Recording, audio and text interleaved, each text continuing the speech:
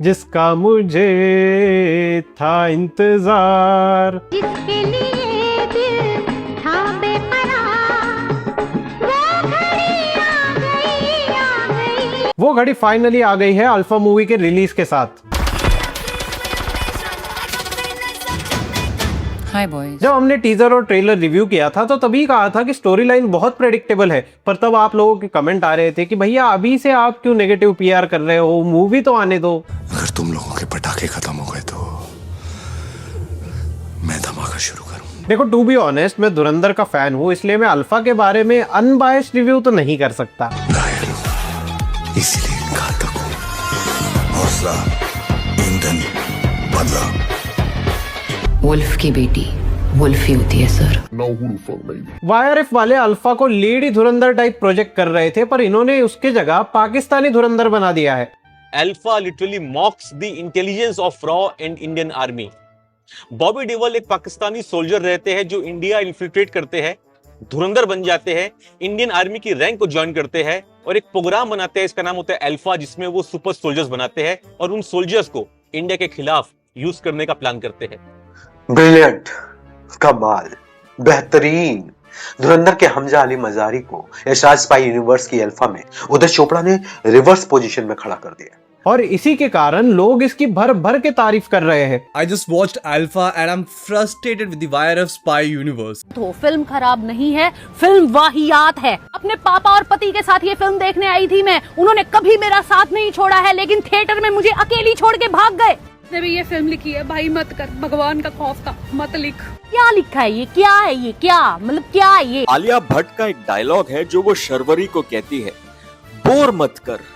यही सेम चीज मुझे फिल्म देखते वक्त बार बार कहने का मन किया, दोस्तों बोर मत कर। मूवी में आलिया के एक्शन शॉट्स को भी काफी अप्रिशिएट किया जा रहा है। आलिया बेचारी टिंगी से छोटा विक्स इनहेलर नजर आती है, लेकिन मारियो जैसा 2-2 इंच उड़ उड़ के एक्शन करती है और हर एक्शन के बीच में पता है कैसा एक्सप्रेशन देती है, हे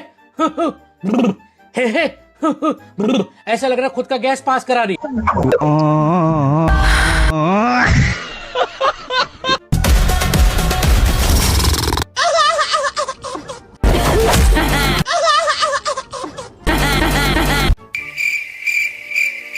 तो ये सब मेरे बर्थडे के लिए नहीं था।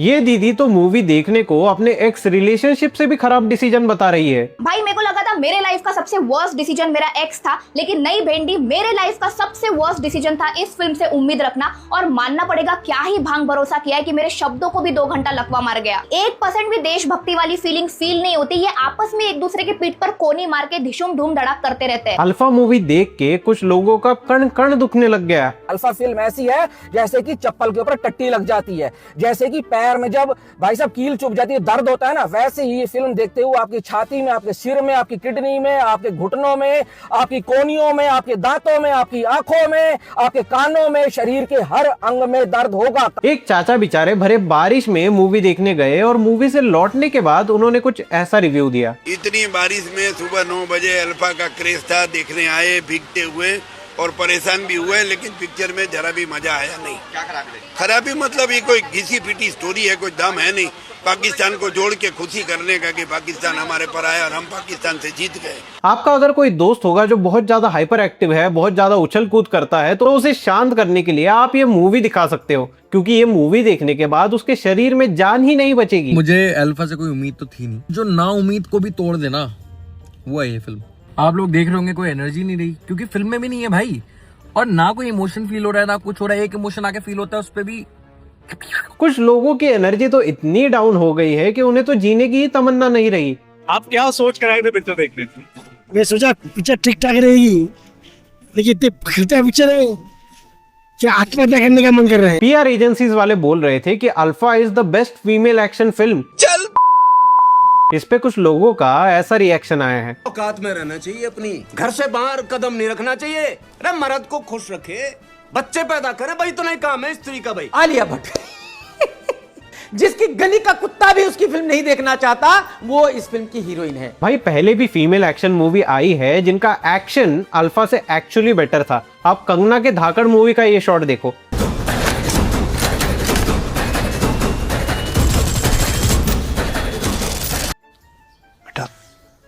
तुमसे ना हो पाएगा। फिल्म का सबसे बड़ा नेगेटिव पॉइंट ये है कि इसकी स्क्रिप्ट अपने एरा के लेजेंडरी एक्टर, मतलब जिनका कद सिर्फ अमिताभ बच्चन से मैच होता है, ऐसे एक्टर ने इसकी स्टोरी लिखी है। इसकी क्या जरूरत थी जय? अप्रैल फूल। भाई किसने भांग खा के ये डिसाइड किया कि उदय चोपड़ा स्क्रिप्ट भी लिख सकते हैं? मतलब एक वक्त को तो आलिया अच्छा काम कर भी लेती, पर उसे ना तो एक्टर का सपोर्ट मिला और ना ही डायरेक्टर का। उदय चोपड़ा के स्क्रिप्ट से अच्छी तो मुझे सुनील पाल की स्क्रिप्ट लगी। जहाँ है आलिया वहाँ एक आलिया बजा दो तालिया, अपना सपने में आएगा विजय माल्या। क्या बात है। अब आओ थोड़ी फिल्म की कहानी देखते हैं। इस फिल्म की कहानी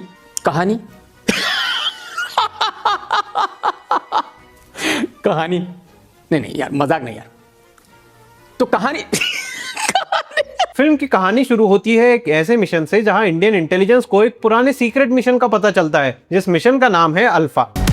अल्फा प्रोग्राम उसका जुनून है और जो भी उसके रास्ते में आता है वो उसे मार देता है। नाम सुनते ही लगता है कि ये मार्वल और कैप्टन अमेरिका का कोई दूर का रिश्तेदार है, और कुछ हद तक ये था भी। इस देश की जनता इसी लायक, जो भी हो रहा है सब सही हो रहा है, कुछ भी गलत नहीं है। ऑफिशियल रिकॉर्ड्स के हिसाब से ये प्रोजेक्ट कब का बंद हो चुका था, लेकिन धीरे धीरे पता चलता है कि ये सिर्फ फाइलों में बंद हुआ। यही एंट्री होती है फिल्म के विलन फतेह की, जिसका किरदार बॉबी देओल ने निभाया है। फतेह पहले आर्मी से जुड़ा था, लेकिन बाद में सिस्टम के खिलाफ हो गया। फतेह को रोकोगे कैसे सीता? अपने जंगल का शेर है वो। उसका मानना था कि नॉर्मल सोल्जर से कभी भी परफेक्ट सिक्योरिटी नहीं मिल सकती, और भाई साहब ने इस पे लॉजिक ये निकाला कि देश को अगर लड़ाई जीतनी है तो उसको इंसान ही बदलना पड़ेगा। चल बस, रुलाएगा क्या?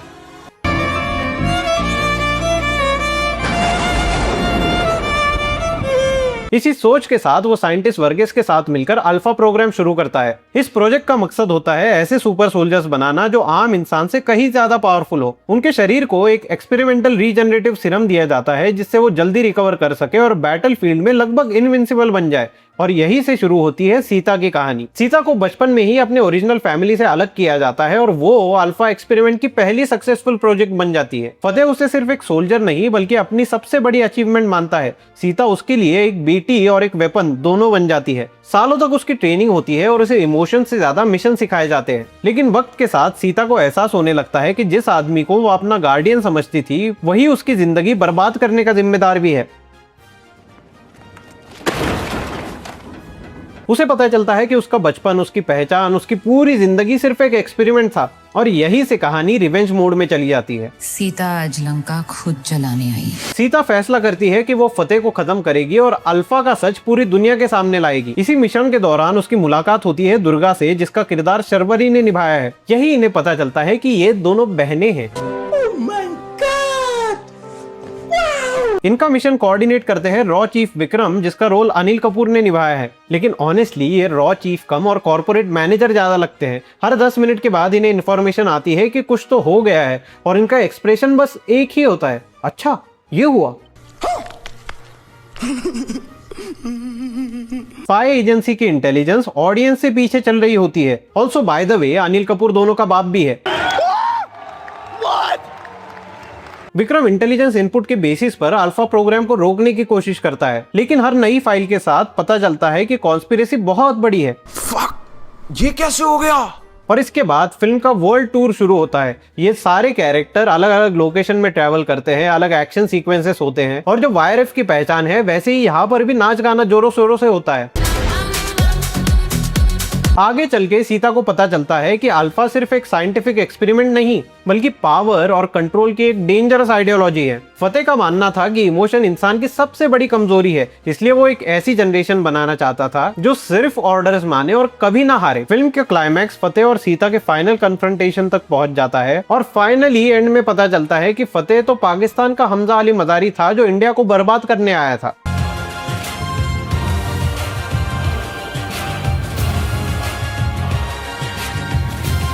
अब ये तो हुई अल्फा की कहानी, पर वायरएफ का पास देखे तो ये कहानी देख के आपको शौक नहीं लगेगा। अगर आप देखो, ये स्पाई यूनिवर्स जब शुरू हुआ था तो एक था टाइगर आई थी। 1 घंटा बाकी है, जल्दी ब्रेकफास्ट कर लो। फॉरेन मिनिस्टर ठीक 10:30 बजे आएंगे। इस मूवी में रॉ चीफ अजीत को टाइगर का मेंटर दिखाया गया है। वो टाइगर को एक इंडियन प्रोफेसर पर नजर रखने भेजता है जो एलिजेडली पाकिस्तान को इंडिया के न्यूक्लियर सीक्रेट्स लीक कर रहा होता है। अपने रिसर्च की फाइंडिंग शेयर कर रहे हैं दूसरे साइंटिस्ट से, जो पाकिस्तान के डिफेंस एस्टेब्लिशमेंट के लिए काम कर रहे हैं। लेकिन प्रॉब्लम तब शुरू होती है जब इंडिया का top spy Pakistani ISI agent Zoya के प्यार में पड़ जाता है। तुम्हारी शादी हो गई? डायरेक्ट शादी? ये नहीं पूछोगी कि गर्लफ्रेंड है? अड़ी उम्मी का लिहाज रखें, क्योंकि यहाँ आपकी दाल गलेगी नहीं। जिस मोहब्बत में दीवानगी ना हो वो मोहब्बत ही नहीं। कोई बात नहीं, हम तो चूतिए हैं। तो बेसिकली हमारा रॉ एजेंट पाकिस्तान से हनी ट्रैप होता है। ये पता चलने के बाद तो रॉ ने ही इसे एलिमिनेट कर देना चाहिए था। ये मूवी के सक्सेस के बाद आई टाइगर जिंदा है, जहां रॉ और ISI एक साथ मिलकर दुनिया बचाते हैं। हमारा ये मिशन अब सिर्फ उन नर्सेस को बचाने के लिए ही नहीं है, पूरी दुनिया को बताने के लिए कि we stand for peace. This is as bad as Israel and Iran joining hands. We can't let that happen. इसके बाद आई वॉर। क्या करे जा रहे हो यार? मूवी का नैरेटिव ऐसा है कि खालिद, जो कि इंडियन मुस्लिम है, उसके पापा इंडियन आर्मी में थे और उन्होंने इंडियन आर्मी के साथ गद्दारी कर दी थी, जिसकी वजह से ऋतिक रोशन के कैरेक्टर ने उन्हें मार दिया। But just like average YRF movie, एक मुसलमान देशभक्त निकलता है और वो कबीर को अपना खुदा मान लेता है। हालांकि मूवी में हिंदू देवताओं का काफी मजाक बनाया है। मैंने आपको अपना खुदा माना था।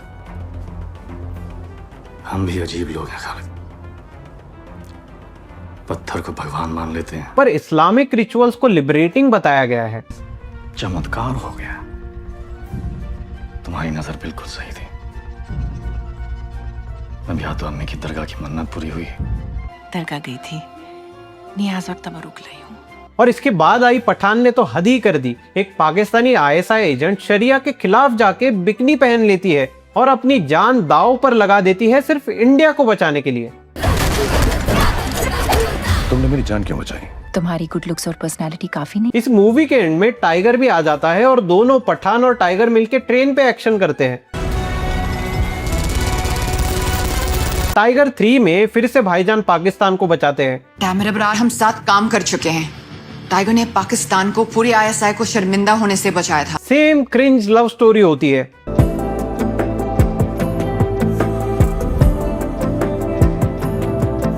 और पाकिस्तानी बच्चे जन गण मन गाते हैं।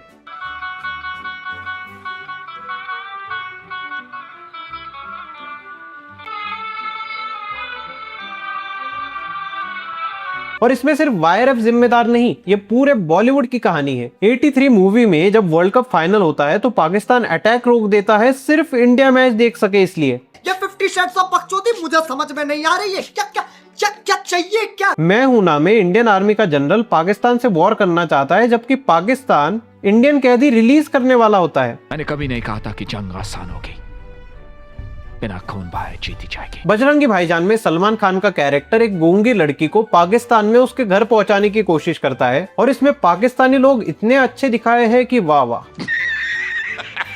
बट मीनवाइल जहां बॉलीवुड पाकिस्तान से बेइंतहा मोहब्बत करता है, वही पाकिस्तानी फिल्में हिंदुओं को और भारतीयों को जम के नफरत बरसाती है। पाकिस्तान की एक मूवी में दिखाया गया है कि कैसे कश्मीर के फ्रीडम फाइटर इंडियन सोल्जर को मारते हैं और बैकग्राउंड में अल्लाहू अकबर बजता है। कसम है मुझे कश्मीर की शहीदों की, अब आसमान से आग बरसेगी, जुल्म की जंजीरें पिघल जाएगी।